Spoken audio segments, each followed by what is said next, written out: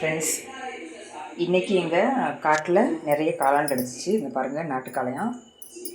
அன்னைக்கு சுக்கா வச்சோம். இன்றைக்கி நாட்டுக்கோழி குழம்பு ருசியில் குழம்பாகவே வச்சிடலாம். நிறையா இருக்கிறனால குழம்பு வச்சுக்கலாம் கிடச்சாச்சு. இப்போ வாங்க சுத்தம் பண்ணி எடுத்துகிட்டு எப்படி குழம்பு வைக்கலான்னு பார்க்கலாம். பாருங்கள், நல்லா சுத்தம் பண்ணி பிச்சு வச்சுருக்கேன். ஒரு பச்சை மிளகாய், ஒரு பெரிய தக்காளி கட் பண்ணி வச்சுருக்கேன். இது வதக்கி அரைக்கிறதுக்காக வச்சுருக்கேன். இதை வதக்கலாம் வாங்க.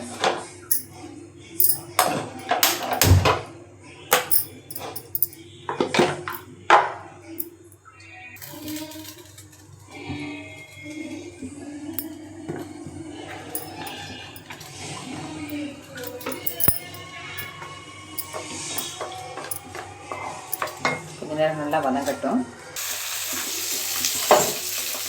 ஒரு 2 சில்லு எடுத்து நறுக்கி வச்சுருக்கேன். இதை அரைச்சி வந்துக்கிறேன். இது நல்லா வதங்கிட்ட வரைக்கும் நல்லா வதங்கிடுச்சு. இதை இந்த மிக்ஸி சார் மாற்றிக்கலாம். இது தேங்காய் ஒன்றரை அரைச்சி வச்சுருக்கேன். இதை போட்டு ஆற விட்டு அரைச்சிக்கலாம். அரைச்சிட்டு வந்தாச்சு. இப்போ குழம்ப தாளிச்சுக்கலாம். ஆயில் ஊற்றிக்கலாம். ஆயில் நல்லா காயட்டும். சோம்பு, பட்டை எல்லாம் போட்டுக்கலாம்.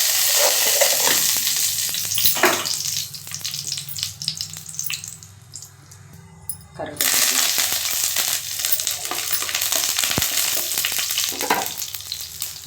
தக்காளி போட்டுக்கலாம். பச்சை மிளகாய் போட்டுக்கலாம். இது நல்லா வதங்கணும்.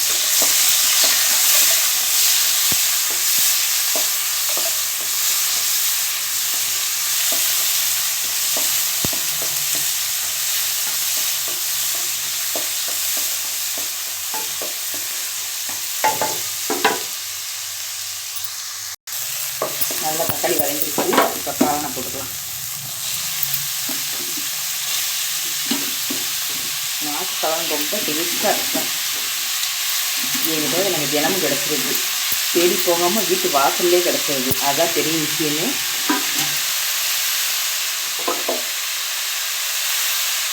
தேவையான மிக்ஸ் போட்டுக்கலாம். 10 ரெண்டாக அப்படி போட்டுக்கலாம். நல்லா வதக்கியாச்சு. இப்போ நாட்டுக்கோழி பொடி போட்டுக்கலாம். இது கடையில் வாங்கினது தான். அடுத்தது அரைச்சி வச்ச தக்காளி, வெங்காயம், தேங்காய் 3 அரைச்சி ஊற்றிக்கலாம்.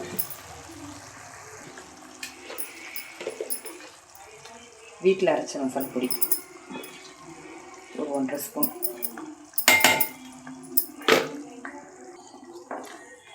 பாருங்கள், நல்லா கிரேவி மாதிரி வச்சாச்சு. கிரேவி மாதிரி வச்சா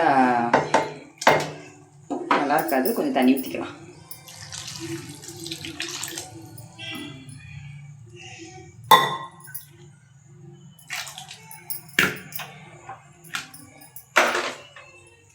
நல்லா கொதிச்சு வரட்டும்.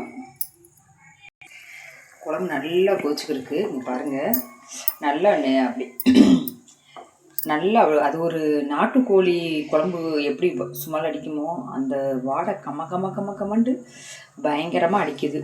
எனக்கே என்ன அறியாமையே என்ன நாட்டுக்கோழி குழம்பு வாடை அடிக்குதுன்ட்டு தோணுது. கடைசியில் ஆமாம், நம்ம தானே காளான் குழம்பு வச்சோம் அப்படின்ற ஞாபகம் வருது. உண்மையிலே அவ்வளோ ஒரு அது என்ன சொல்கிறது, நாட்டுக்கோழி மனம் அப்படியே இருக்குது. இதில் உப்பு உரப்பு எல்லாம் சரியானு பார்த்துக்கலாம் வாங்க.